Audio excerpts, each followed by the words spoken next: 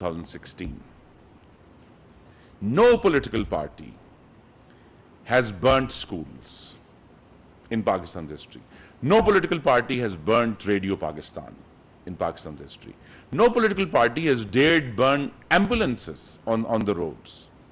And of course, no political party, no matter how strong our differences with Pakistan Army's unconstitutional intervention into politics, no political party has attacked defense installations. That's our history. Similarly, the events of May 9 to 10th also mirrored what happened exactly 100 years ago in Munich, which was the 1923 beer hall push by Adolf Hitler and the Nazi Party. The echoes are too strong to miss. And why these events happened this year is because 9 years ago, Mr. Khan and his followers got away with an armed attack on this very building we are sitting in. During the 2014 sit-in that they staged, they attacked and took over Pakistan Television headquarters. They took down the fence of Parliament House. They attacked the gate of President House and Prime Minister's House. And they assaulted hundreds of Islamabad policemen. But they got away with it. And I will tell you how they got away with it. And because they got away with it, they attacked this capital city again, and it was an armed assault in October 2016. And both times it was Pakistan Muslim League End's government led by Prime Minister Nawaz Sharif in office. And the reason Mr. Khan and his followers got away with it that time is that democracy had recently been restored in the country.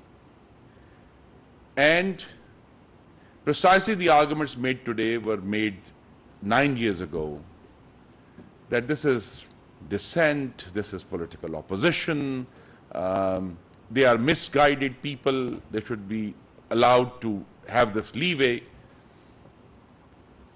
So under the rubric of democratic dissent and protest, they got away with it. 9 years down the line, this multi-party government led by Prime Minister Shehbaz Sharif is not repeating that mistake. Democracies around the world have reacted, continue to react to riots and insurrections through casting a wide net first and then separating the instigators from the others. But nowhere in the world does a claim to political protest justify violence, arson and wanton destruction against military and civilian installations. We will deal with this insurrection according to law, and it will be very clear that no new legislation or amendment to legislation is under consideration. No new courts are being created. The insurrectionists of May 9th and 10th will be prosecuted under existing laws on Pakistan's statute books. These are laws that were there and used in the previous government also, led by Prime Minister Imran Khan during 2018 and 22.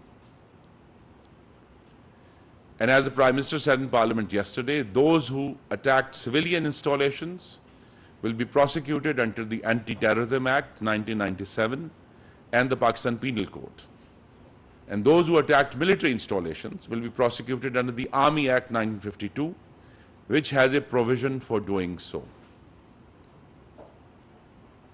I also want to emphasize that the parties that constitute the current federal government obtained more than 2/3 of the votes that were polled in the July 2018 general election.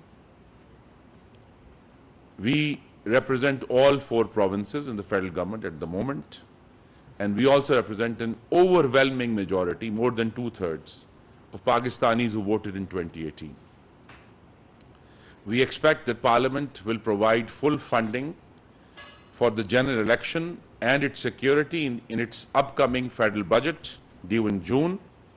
And Parliament will complete its term in mid-August 2023, and elections will be held on schedule this autumn. Prime Minister Shehbaz Sharif's broad-based government is committed to fundamental rights of all Pakistanis, but we are committed equally to the rights of the victims as well of the perpetrators. And Pakistan's courts are fully functional. Fundamental rights are extant. So we are going to deal with this insurrection strictly according to laws of the land. Thank you very much. Any question? Voice of America. Whole bunch of questions actually. Okay. So the first thing you've said, this is an insurrection, but people are being picked up just across the board, and that includes journalists, that includes people who were just present to see what happened that night, and these are people who are being picked up in the middle of the night, not even fully clothed, and they're being dragged out of their beds. Journalists are buried there under this threat that because they were present on any location that day, because of geofencing, they are going to be dragged out if they haven't already been dragged out yet. Human rights groups are also decrying and calling this a violation of human rights. How do you defend the strategy that the government has taken and the establishment has taken to deal with the protests? And then I have another question. Okay. The issue is that at the moment we are relying on the video evidence that exists. And that's why I said the way to deal with a large-scale insurrection is that a net is cast widely, and then as people are found to not have anything to do with the insurrection, or they weren't the instigators, or didn't break anything, or didn't attack anyone, they will be very speedily let go. And as I said, the courts are very much there. We do want to protect, of course, the freedom of expression, and I'm delighted to note that during this government's term that began, a very short term, began in April 2022, no journalist has been shot in Islamabad like they did a while ago. No one has been picked up, no one has been beaten in their houses. So we are, while this is a difficult business of identifying the perpetrators from the onlookers, we expect that this process of filtering the criminals from the onlookers, or those who were trying to witness or record the event, will be swiftly made, and they will be let go. And then the other question is, it's been almost 2 weeks since all of this happened, and what we're seeing on Pakistani TV is constant pro-military messaging. Any press briefing that government ministers have done has addressed what happened at military installations, and we have seen the same happen in the National Assembly. It seems as if the establishment and the government have really been shaken to the core by what they saw in those 2-3 days, and it seems as if there is this concern that the respect that existed for the military may not exist anymore, and the narrative must be changed as much and as quickly as possible. Why are we seeing such an onslaught of pro-military messaging?